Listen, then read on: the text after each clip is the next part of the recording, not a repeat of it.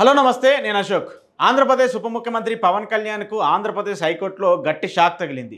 ఆయన సినిమాలు చేస్తూ ఉన్నారంటూ ఆయనకు సంబంధించి ఒక ప్రభుత్వ హోదాలో ఒక ఉప ముఖ్యమంత్రి పదవిలో మంత్రివర్గ స్థాయిలో ఉన్నటువంటి వ్యక్తి ప్రభుత్వ ధనానికి సంబంధించిన అంశాలన్నింటినీ ఉపయోగించుకుంటూ ఆయన ప్రైవేట్గా సినిమాలు చేసినటువంటి అంశం మీద మాజీ ఐఏఎస్ అలాగే ప్రభుత్వానికి సంబంధించి గతంలో చాలాసార్లు సలహాదారుగా పనిచేసినటువంటి వ్యక్తిగా ఉన్నటువంటి విజయ్ కుమార్ ఉప ముఖ్యమంత్రి పవన్ కళ్యాణ్ గారికి సంబంధించిన అంశం మీద హైకోర్టులో పిటిషన్ దాఖలు చేశారు. గత నెల 19వ తారీఖున ఈయన సినిమాలు చేస్తున్నారనేటువంటి అంశం ఏదైతే ఉందో దాని మీద పిటిషన్ దాఖలు చేసినటువంటి నేపథ్యంలో అసలు ఈ కేసుని కోర్టు తీసుకుంటుందా లేదా అనేటువంటి ఒక చర్చ కూడా చాలాసార్లు జరుగుతూ ఉంటుంది. ఎందుకంటే ఒక ఉప ముఖ్యమంత్రి స్థాయి వ్యక్తి ఆయన మీద ఒక పబ్లిక్ లిటిగేషన్ కింద ఇలాంటి కేసు వేయటం ఏంటి అనేటువంటి ఒక చర్చలు చాలాసార్లు వచ్చాయి.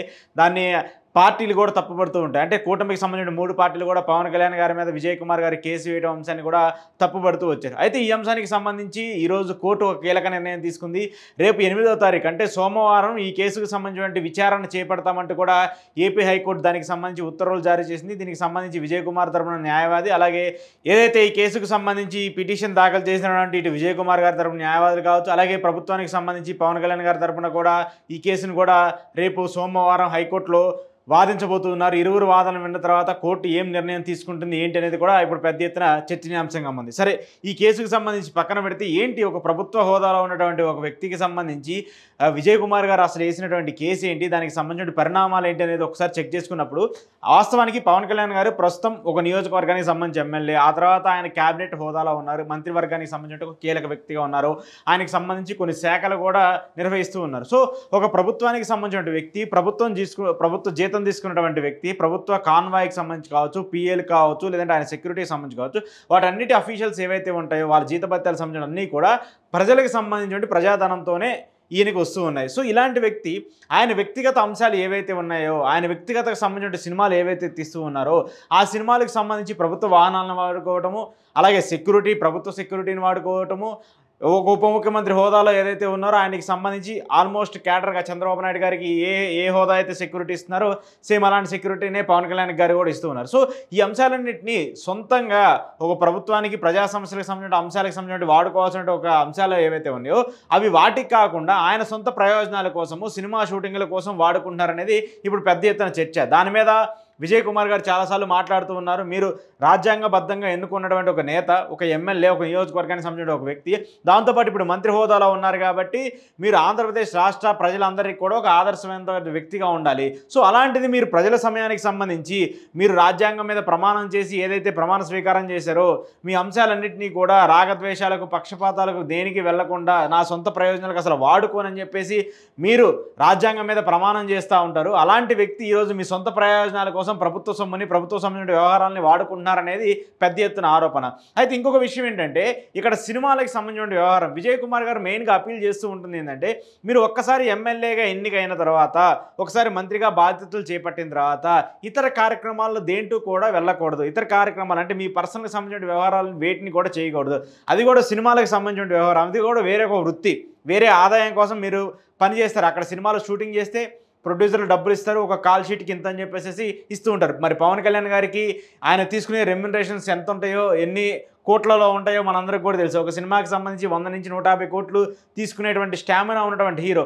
సో అలాంటి వ్యక్తికి సంబంధించి ఆల్రెడీ ఎమ్మెల్యేగా ఉంటూ, మంత్రిగా పనిచేసుకుంటూ, ప్రభుత్వానికి సంబంధించిన జీతం తీసుకుంటూ, ప్రజల జీతం సంబంధించి తీసుకుంటూ ఉంటూ, మళ్ళీ ఆయన ప్రభుత్వానికి సంబంధించిన వ్యవహారాలు కాకుండా, ప్రజలకు సంబంధించిన అంశాలు కాకుండా సొంత సినిమాలు తీసుకొని బయటకు వెళ్తున్నారు.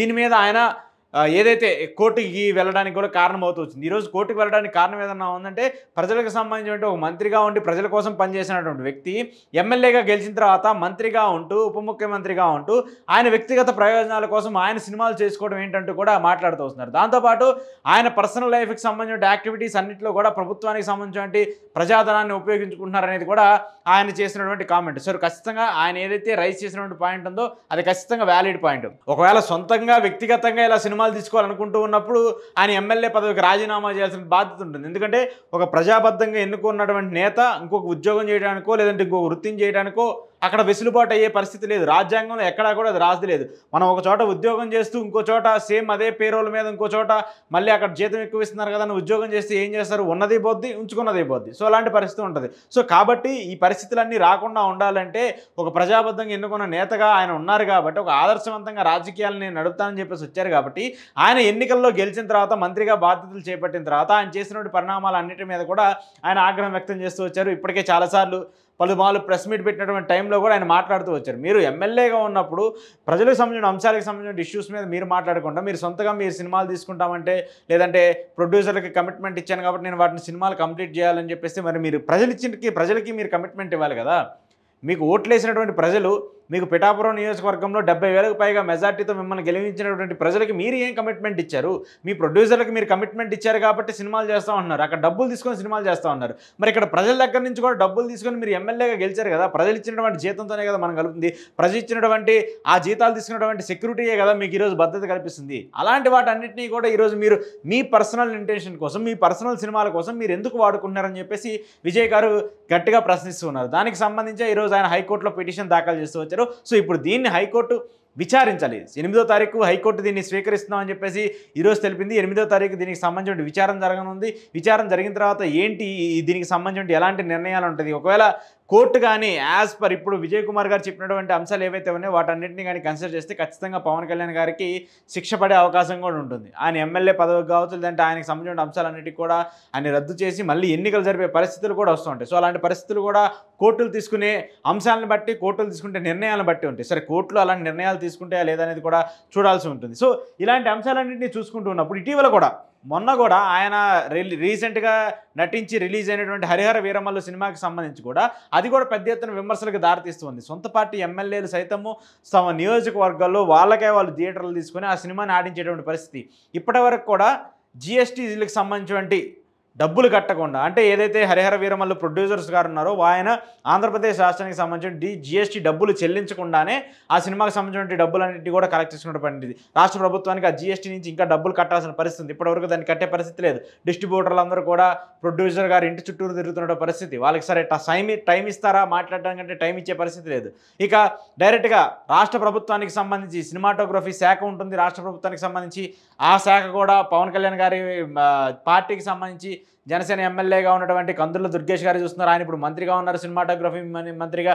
సో ఆయన ఈ సినిమాకి సంబంధించి డైరెక్ట్గా జీవో ఇష్యూ చేస్తూ వచ్చారు. బెనిఫిట్ షోకి 600 రూపాయల టికెట్, నార్మల్ షోకి 300 రూపాయల టికెట్, లేదంటే అంతకంటే ఎక్కువైతే 400 రూపాయల టికెట్. ఇలా వాళ్ళ ఇష్టం వచ్చినట్టు షోలు వేసుకోవడానికి, ఇష్టం వచ్చినట్టు టికెట్ల రేట్లు పెంచుకోవడానికి ప్రభుత్వం వెసులుబాటు కల్పిస్తుందని చెప్పేసి వెంటనే జీవో జారీ చేస్తూ వచ్చారు. సో ఇష్టం వచ్చినట్టు చేస్తున్నారు, మీరు అధికారం ఉంది కదా అని చెప్పేసి, ఈరోజు మనం అధికారంలోకి వచ్చాం కదా అని చెప్పేసి మీరు మీ అధికారాన్ని దుర్వినియోగం చేస్తున్నారని చెప్పేసి ఇప్పుడు విజయ్ కుమార్ గారి మెయిన్ ఆవేదన. దానికి సంబంధించి ఆయన కోర్టుకు వెళ్ళారు. కోర్టు రేపు సోమవారం దీన్ని విచారించబోతుంది. విచారించిన తర్వాత కోర్టు ఇచ్చేటువంటి తీర్పు మీద, కోర్టు ఇచ్చేటువంటి కామెంట్స్ మీదే ఇప్పుడు పెద్ద ఎత్తున ఆసక్తికరంగా మారుతుంది. అసలు ఎందుకంటే ఈ ఇష్యూ మీద, ఇలాంటి ఇష్యూ మీద గతంలో కూడా చాలామంది సినిమాలకు సంబంధించి నటిస్తూ వచ్చారు. కొంతమంది వచ్చినటువంటి ఏడాదిలోనే కంప్లీట్ చేసి ఆ తర్వాత ప్రజలకు సంబంధించిన అంశాల మీద ఎమ్మెల్యేగా గెలిచాం కాబట్టి వాళ్ళ నియోజకవర్గానికి అంశాల మీదే పూర్తిగా దృష్టి పెడుతూ వచ్చారు. కానీ పవన్ కళ్యాణ్ గారు గెలిచిన తర్వాత కూడా ఇంకా స్టిల్ సినిమాలకు సంబంధించిన షూటింగ్లు కంటిన్యూ చేస్తున్నారు. కొత్త సినిమాలు కూడా చేయాల్సిందే అంటూ మాట్లాడుతున్నారు. ఆయన చెప్పింది డైరెక్ట్గా ఇక్కడ మెయిన్ వస్తున్నటువంటి ఇబ్బంది ఎక్కడ వస్తుందంటే పవన్ కళ్యాణ్ గారి వ్యాఖ్యలు. ఆయన ఏం చెప్తున్నారు, నేను పార్టీని నడపాలన్నా, పార్టీ నడిపే స్థితి ఉండాలన్నా నేను సినిమాలు చేయాల్సింది తప్పదు. అక్కడి నుంచి డబ్బులు తీసుకొచ్చి నేను పార్టీ నడపడం కోసం పెడతా ఉంటానని చెప్తున్నారు. మరి పార్టీ నడపడం కోసం నేను సినిమాలు చేస్తానని చెప్పేసి చెప్తున్నప్పుడు ఆయన ఇప్పుడు ఎమ్మెల్యేగా గెలిచి మంత్రిగా ఉన్నప్పుడు మీరు ప్రజలకు సంబంధించిన అంశాల మీద ఇంకా మీరు ఎప్పుడు పనిచేస్తూ ఉంటారు? మీరు సినిమాలు చూసుకుంటూ ఉంటారు, ఒక పక్క పార్టీకి సంబంధించిన పార్టీ డెవలప్మెంట్ చూసుకుంటా ఉన్నప్పుడు ప్రజలకు సంబంధించిన అంశాల మీద ఎప్పుడు మాట్లాడతారు? మీరు ఒక ఉప ముఖ్యమంత్రిగా ఉన్నారు ఈరోజు రాష్ట్రానికి. ఈరోజు 5 కోట్ల మంది ప్రజలకు మీరు ఒక ఉప ముఖ్యమంత్రి, మీ నియోజకవర్గానికి సంబంధించి మీరు ఎమ్మెల్యే. సో వాళ్ళందరినీ కూడా సంరక్షించుకోవాల్సిన బాధ్యత మీరుంటుంది. అలా కాకుండా నేను సినిమాలు చేసేది నా పార్టీ కోసము, పార్టీ నడపడం కోసం అని చెప్పేసి ఆయన చేసేటువంటి వ్యాఖ్యలే, ఆయన చేసేటువంటి కామెంట్స్ ఇప్పుడు ఈరోజు ఆయనకే ఇబ్బందికర పరిస్థితులకు తీసుకొచ్చాయి. దానికి కారణమే ఈరోజు విజయ్ కుమార్ గారు వేసినటువంటి ఈ కేసు. సో ఈ పరిణామాలన్నీ చూసుకుంటూ ఉన్నప్పుడు రేపు 8వ తారీఖు కోర్టు ఇచ్చేటువంటి డెలిబరేషన్స్ మీద, కోర్టు చేసేటువంటి వ్యాఖ్యల మీదే ఇప్పుడు కీలకంగా రాజకీయాలు పెద్ద ఎత్తున ఆసక్తికరంగా మారుతుంది. మరి 8వ తారీఖు కోర్టు దీని మీద పవన్ కళ్యాణ్ గారి తరఫున లాయర్లు ఎలాంటి కౌంటర్ ఇస్తారు, మరి విజయ్ కుమార్ గారి తరఫున లాయర్లు దీని మీద ఎలా వాదిస్తారు అనేది కూడా చూడాల్సి ఉంది. ఎందుకంటే ఆయన ఒక మాజీ ఐఏఎస్, ఖచ్చితంగా ప్రభుత్వానికి సంబంధించి చాలా ఉన్నత హోదాల్లో పనిచేసినటువంటి వ్యక్తి.